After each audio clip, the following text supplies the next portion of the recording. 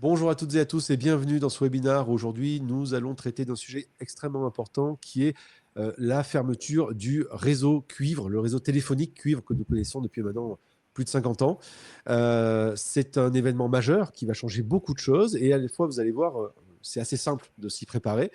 Et donc justement, l'objectif de ce webinaire, ça va de vous donner toutes les clés pour faire en sorte que tout se passe bien. On va essayer de comprendre pourquoi le réseau cuivre ferme, ce que ça change pour vous, les solutions alternatives, la checklist pour les professionnels de tous les équipements qu'il faut avoir en tête et tous les éléments qui risquent de changer pour eux. Et puis surtout faire en sorte d'anticiper au mieux. Et pour parler de ce sujet aujourd'hui, j'ai un expert à mes côtés, c'est Daniel Carsanti. Bonjour Daniel. Bonjour Damien et bonjour à tous. Alors, Daniel, vous êtes le responsable du passage au cuivre, hein, du changement plutôt du passage du cuivre à la fibre pour les TPE, PME chez Orange. Donc, vous connaissez le sujet par cœur. Et donc, ça va être l'occasion justement de se poser toutes les bonnes questions. Et je vais commencer justement par l'une d'elles, qui est tout simplement de comprendre pourquoi est-ce que le réseau téléphonique, alors, le réseau téléphonique cuivre ferme. Ce réseau téléphonique, il a 50 ans. Ça fait déjà un petit moment qu'il est là. Oui, c'est ça, en fait, là, ce qu'on est en train de dire, c'est que c'est une page des télécoms qui se tourne, hein, finalement, puisque c'est un réseau qui est existant depuis les années 70, hein, il a plus de 50 ans. Euh, Maintenant, pourquoi on le ferme? Tout simplement parce que c'est un réseau qui arrive à bout de souffle, hein. Les usages télécoms explosent, donc c'est plus possible de continuer avec le réseau cuivre. Voilà. Donc aujourd'hui, ce qu'on sait, c'est que c'est donc Orange qui est l'opérateur de ce réseau cuivre avec la concertation de l'ARCEP, hein, l'ARCEP qui est l'organisme qui gère les télécoms en France. Et donc ça touche pas seulement Orange, ça touche tous les opérateurs. Ouais, tout à fait. En fait, Orange est propriétaire, hein. Voilà, c'est ça le terme exact, hein. Orange est Mhm. propriétaire du réseau et en concertation avec l'ARCEP, qui est le gendarme des télécoms, hein, c'est lui qui régit tous les télécoms en France. euh, on s'est concerté pour le fermer pour tout un tas de raisons. Et cette fermeture, elle concerne tous les opérateurs sur tout le territoire et sur tous les marchés. Donc, pro PME, les particuliers, les résidentiels, mais également les grands comptes. Justement, vous parliez de raisons il y a quelques instants. Il y en a quatre principalement qui sont aujourd'hui invoquées. On peut peut-être les passer en revue. Quelles sont ces différentes raisons qui font aujourd'hui la raison de cette mutation? Alors, on en a parlé, hein, il y a la première raison qui est la raison sociétale, parce que les besoins, les usages ont évolué avec le temps, hein, forcément, avec l'explosion d'Internet, entre autres, hein. Donc voilà, il y a des besoins qui ont explosé. Donc, première raison sociétale. Une deuxième raison qui est économique, hein, il faut comprendre que l'équation est difficile à tenir avec l'entretien de deux réseaux. C'est beaucoup trop Mhm. coûteux. La troisième raison, elle est technique, hein, puisqu'il y a deux aspects. Le premier, c'est que les compétences disparaissent, hein, parce que vous l'avez compris, c'est un réseau qui est assez ancien, donc les personnes partent à la retraite, donc les compétences partent avec. Mais également, il y a aussi une pénurie du matériel qui nous permette d'assurer un SAV de qualité. Donc pour pouvoir maintenir quand même ce service de qualité, on fait ce programme dans la durée qui vise à fermer ce réseau. Donc c'est une raison technique. Et la quatrième raison, elle est environnementale, puisque comme vous connaissez l'engagement d'Orange sur ce volet-là, eh bien, ça c'est en pleine ligne avec nos engagements, puisque il faut savoir que la fibre est 3 fois moins énergivore que le cuivre, et donc ça nous permet d'être en lien avec nos valeurs. Alors, vous le disiez il y a quelques instants, ça va toucher absolument tout le monde, tout type de clients, que ce soit des professionnels, que ce soit des particuliers, mais ça va toucher aussi tous les types de technologies, que ce soit on va dire numérisme, par exemple, l'ADSL et autres éléments. Et on va regarder justement ensemble ce que ça va changer. Ce que ça va changer, surtout notamment, et les solutions possibles. Aujourd'hui, quel est le calendrier de ce changement, de cette Alors, comme on le voit à l'écran, donc on a indiqué deux grandes dates, hein, parce que c'est un programme qui a déjà démarré depuis quelques années, hein. Pour information, tu as parlé de technologie, hein, Damien, fermeture? tu as parlé du numérisme, tu as parlé du RTC. Voilà, effectivement, ça a commencé depuis 2018, ce programme, hein. On a déjà arrêté commercialement le RTC en 2018. Maintenant, pour pas trop compliquer la chose, on a deux grands jalons. Le premier jalon, il arrive dans quelques semaines, puisque c'est l'arrêt commercial du cuivre qui va concerner allez, grosso modo, la moitié du territoire. Maintenant, si je dois donner des chiffres, soyons précis puisqu'ils sont tombés, c'est 74% des communes. Mais si on le met à la dimension des adresses, c'est 46% des adresses qui seront concernées par cet arrêt commercial. À partir de la fin du mois de janvier, on ne pourra plus souscrire de cuivre sur ces communes-là. Ça, c'est la fermeture commerciale. Ensuite, on a un deuxième jalon. Alors ici, on a indiqué 2027 parce que ça correspond au fait que 50% des clients seront concernés par un arrêt technique, plus ou moins proche, mais en tout cas, ils seront concernés, ça sera officiel. Maintenant, c'est un programme qui s'étend jusqu'en 2030, et vous l'avez compris, c'est par tranche, par lot de communes. Chaque année, on a des lots de communes qui vont fermer, et en 2027, ça concernera la moitié du territoire, la moitié de la France. Alors, Voilà ce que je peux te j'imagine dire que sur la partie calendrier. alors ça, c'est la partie calendrier, effectivement. Alors, c'est important d'avoir en tête que déjà, donc cette mutation, ce changement, cette fermeture est déjà enclenchée, donc il ne faut pas perdre de temps. Si on veut si on veut savoir si on est concerné, de manière extrêmement simple, il existe des outils. Il y a une carte notamment qui est proposée par Orange, qui est la carte de fermeture du réseau.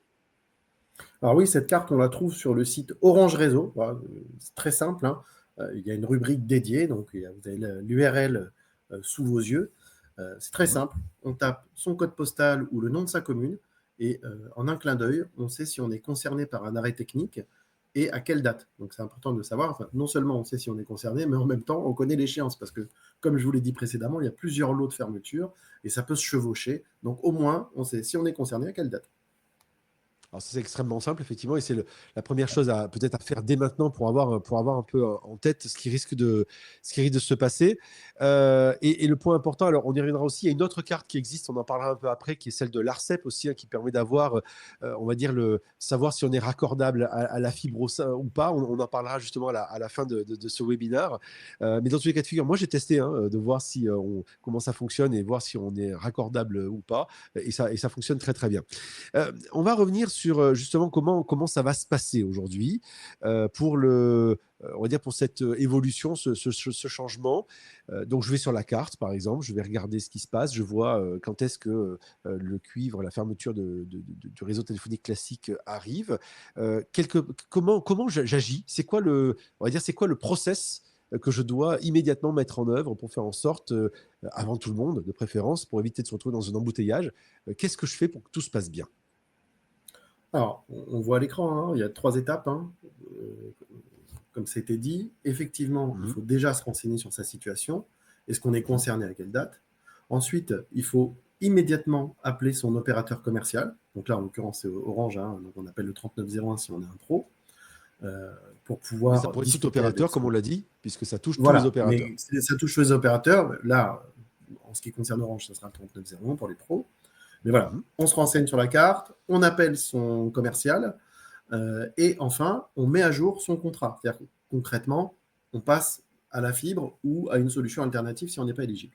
Donc ça, c'est vraiment ce qu'on doit faire. Il faut vraiment anticiper. Maintenant, on ne se contente pas d'attendre que les clients anticipent. En tant qu'opérateur commercial, en tout cas, là, je parle pour Orange, mais je sais que c'est aussi valable pour mes confrères, hein, des autres opérateurs.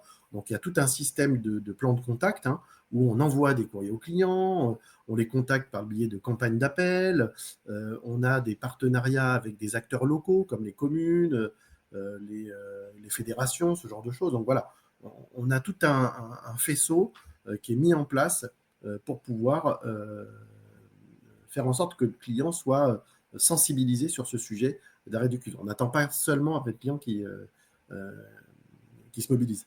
Voilà. Effectivement. Donc il y a des sollicitations qui Et seront ça faites. démarre, attends, excusez-moi, juste une précision, ça démarre 2 ans avant. Voilà. Très bien. Concrètement, 2 ans avant la fermeture, on démarre un plan de contact. Donc si on est concerné, on a certainement déjà reçu une sollicitation de la part de son opérateur, à minima, chez Orange. Ça a été le Exactement. cas. Exactement. Alors les solutions maintenant, on va dire de bascule, les solutions de substitution au réseau classique. On en a parlé tout à l'heure très brièvement. On va maintenant revenir plus en détail. La première d'entre elles, c'est la fibre. Parce qu'on en parlait dans justement les raisons d'évolution. Aujourd'hui, Daniel, c'est bien cette solution-là qui est privilégiée. Alors oui, parce qu'en plus, hein, faut quand même savoir que depuis 2024, plus de 90% du territoire français est fibré. Donc, Mhm. Donc effectivement, la principale solution de substitution au cuivre, c'est bien la fibre. Tous les usages sont reproduits en fibre, que ce soit de la ligne fixe, vous savez que la fameuse prise en T, hein, qu'on avait sur RTC. Donc ça, c'est reproduit en fibre, hein. On a des accès voix seule sur fibre. On a également des accès avec de la voix, mais également de l'Internet, hein, l'usage principal. Donc très simple. On peut y associer en packageant des mobiles, un ou plusieurs mobiles. Donc ça, c'est nos offres open. Et on peut tout à fait aller jusqu'à des solutions de téléphonie d'entreprise avec nos solutions Connect Pro qui proposent notamment des PABX virtuels. Voilà. Donc il y a vraiment tout un package de solutions qui vont de la ligne fixe simple à des solutions de téléphonie d'entreprise. Après, Voilà, donc, si jamais on n'est pas éligible à la fibre, ça c'est la exactement. deuxième question qu'on peut se poser, hein, si on ne fait pas partie Tout à des fait. 90%, voilà, et bien là, on peut quand même se transformer en très haut débit. Et là, on a le choix. Soit on le fait sur des solutions mobiles, soit on le fait sur du satellite. Alors, je vous le disais, hein, je vous donnerai à la fin une carte de l'ARCEP qui donne le réseau, on va dire, aujourd'hui qui est éligible à la fibre. Et vous allez voir, c'est assez impressionnant. Daniel le disait, 90% du territoire. Moi, j'ai regardé, j'ai cherché en Lozère pour voir, hein. Eh ben, ça marche. Un petit village que je connais très bien, qui est connecté à la fibre, j'y croyais pas, hein. Donc, par conséquent, c'est quand même, ça reste quand même la solution, on va dire, aujourd'hui la plus développée. Et sinon, effectivement, comme le disait il y a quelques instants Daniel, il y a des alternatives possible. Alors, maintenant que concrètement, on sait que c'est la fibre ou éventuellement une autre solution qui est possible, ce qui va être intéressant en tant que professionnel, c'est d'anticiper on va dire ce changement, cette évolution. Et donc pour cela, le point important, quand on est un professionnel, quand on est une TPE, quand on est une PME, on a des équipements qui sont bien sûr que l'on utilise régulièrement, qui peuvent être des choses très simples et très efficaces, comme par exemple un TPE, mais ça peut être aussi un vieil appareil comme un fax et plein d'autres choses. Daniel, la question c'est quel est l'impact justement aujourd'hui de l'arrêt du réseau téléphonique cuivre sur les équipements des professionnels? Alors, déjà, pour commencer, cet impact-là, nous, on l'a anticipé depuis de nombreuses années. Alors, pour être complètement honnête, on l'a anticipé depuis 2018, puisqu'en 2018, on a arrêté la commercialisation du RTC, donc c'est le fameux vieux système qui permettait de téléphoner, vous savez, avec le téléphone à cadran, la prise en T, etc. Et donc, à cette Ouais, occasion, RTC pour lorsqu'on a arrêté la réseau téléphonique commuté. Exactement, c'est ça. Tu as Voilà. bien révisé, Damien, c'est parfait.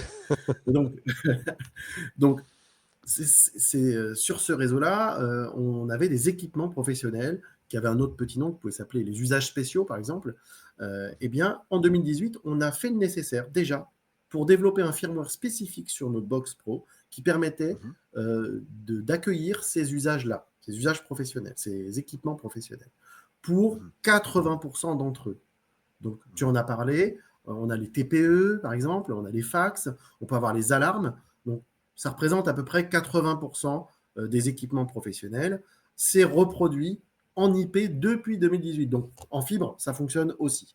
D'accord? Mhm. Donc, ce n'est pas une nouveauté. On a déjà anticipé ce sujet. La seule différence avec le RTC, on pouvait, derrière la prise en T, mettre plusieurs équipements dos à dos. Avec la fibre, enfin, en tout cas, avec l'IP, on ne peut pas, notamment sur les alarmes. Si on a plusieurs alarmes, il va falloir avoir plusieurs box. Voilà. On ne pourra pas mettre plusieurs alarmes sur un signal DTMF rapide, ça ne fonctionne pas en double. Après, il y a les 20% des usages qui restent, qui sont des usages plus exotiques. Et donc, cela, nous, on conseille plutôt de se rapprocher, de son commercial, voire de son fournisseur d'équipement. Typiquement, par exemple, le TPE, on appelle sa banque, on essaie de voir si ce n'est pas un TPE qui est trop vieux, pour voir s'il est compatible en IP et qui va fonctionner justement avec sa box. Voilà. Mhm. Donc effectivement, comme on le disait, comme ça concerne tous les opérateurs, dans le cas d'Orange, c'est depuis 2018 mis en place au sens où les Livebox Pro sont capables d'accueillir plus de 80% donc, des usages que vous avez déjà de vos équipements. Et puis, bien sûr, si vous êtes chez un autre opérateur, bien entendu, vous lui posez la question et il vous répondra en fonction de ce qui a été fait. Finalement, ce qui change, c'est que ça ne change pas grand-chose. C'est qu'avant, on avait une prise avec un T inversé sur le mur. eh bien là, on a une prise fibre à laquelle est branchée la box et sur lequel viennent se brancher les différents équipements. C'est aussi simple que ça finalement, Daniel. Oui, c'est ça, on le voit, hein, à gauche, c'est un exemple de configuration où on va connecter son téléphone fax sur la prise en T qui est disponible, et on va Mhm. raccorder son système de téléphonie d'entreprise, son PABX, sur sa Mhm. box, mais on va devoir mettre un filtre ADSL pour faire passer Mhm. l'Internet. Donc il y avait le filtre, la prise en T, etc. Mhm. À droite, ce qui change, c'est que finalement, on a notre prise optique qui est murale, dans laquelle on Mhm. va brancher directement euh, nos équipements, que ce soit notre téléphone via la box, Mhm. que ce soit notre PABX, on peut le brancher en fibre, mais on peut également faire en sorte que ce PABX soit virtuel, comme j'en ai parlé précédemment, avec nos offres Connect Pro, par exemple. Donc ça fait moins d'équipements intermédiaires et plus d'efficacité, puisqu'on a une technologie qui permet d'avoir un réseau beaucoup plus rapide. Alors, si on veut, on va dire, être très opérationnel, voilà une checklist des points à suivre. Ces points-là, on peut peut-être les passer très rapidement. Ce qu'on disait tout à l'heure, hein, vérifier que la commune est concernée par la coupure du réseau cuivre. On l'a vu tout à l'heure, c'est la carte qui est proposée par Orange. Vérifier l'éligibilité à la fibre. On peut le faire, bien sûr, chez Orange. Ici, l'ARCEP propose une carte. Je vous en parle dans quelques instants. On peut se renseigner sur les solutions alternatives auprès de son opérateur. Si éventuellement la fibre n'est pas disponible, vous pouvez ensuite lister vos équipements utilisant le cuivre. On vient d'en voir une liste et de voir avec votre opérateur si il y a des exceptions éventuellement qui ne fonctionneraient pas bien. Sachant, comme on le disait, que chez Orange, plus de 80% des équipements des professionnels classiques comme TPE, un fax ont été anticipés. Ça fonctionne avec la box Orange pour les professionnels. Euh, un point peut-être important, c'est que si on a différents sites, c'est aussi un point peut-être à voir, Daniel. Si on a différents sites, comment on aborde les choses? Ouais, tout à fait. En fait, l'exemple qu'on donne souvent, c'est l'exemple des agences immobilières, par exemple. Voilà. Mhm. Admettons qu'on a plusieurs agences dispatchées sur le territoire et qu'on a sur une commune qui va fermer, on a notre agence. Eh bien, on peut tout à fait Mhm. profiter de cette occasion pour transformer les accès de l'ensemble de nos sites en un coup. Donc, ça nous permet d'anticiper et de ne pas être pris au dépourvu à chaque fois qu'on va devoir fermer une commune, on va fermer on va transformer notre agence immobilière. Donc non, le multisite, ça se gère. Et c'est au contraire une occasion de transformer l'ensemble de ces sites et de ne pas être pris au dépourvu. Donc c'est aussi une occasion de transformation et de modernisation de vos Exactement. C'est une différents sites, si opportunité. vous en avez exactement, si vous en avez plusieurs. On va conclure en synthétisant un peu les différents points qu'on s'est donnés lors de ce webinaire. Finalement, si on résume les 3 points, Daniel, à retenir, c'est quoi? Bah, effectivement, alors déjà, le fait que la fibre, c'est un réseau d'avenir, hein, parce qu'il est beaucoup plus performant, il est durable et il y a un meilleur impact sur l'environnement. Donc, c'est le triptyque euh, qui est, je dirais, C'est important, qui incontournable. est à retenir. Oui, bien C'est sûr. incontournable. Le deuxième point, c'est qu'il faut anticiper. C'est Mhm. crucial. On parle souvent de boarding time dans notre jargon euh, sur l'arrêt du cuivre. Donc ce boarding time, c'est simple. Hein. C'est que si on ne se débrouille pas 6 mois avant la fin du réseau sur une commune, on risque d'avoir des difficultés parce qu'on peut Mhm. avoir tout un tas de particularités liées à son local, etc. Donc, boarding time, 6 mois avant la fin. Ça, c'est la Anticiper. date la plus importante. Anticiper, c'est crucial. Et puis, bah, surtout, il faut être acteur. Il hein. Ne faut pas subir le sujet. C'est une belle opportunité. On en a parlé.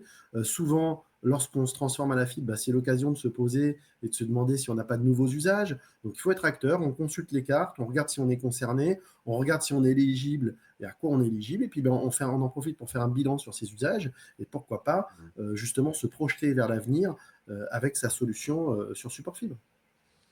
Et ce bilan, il peut être fait, bien sûr, avec votre Avec responsable l'aide d'un commercial, conseiller. votre contact. Exactement.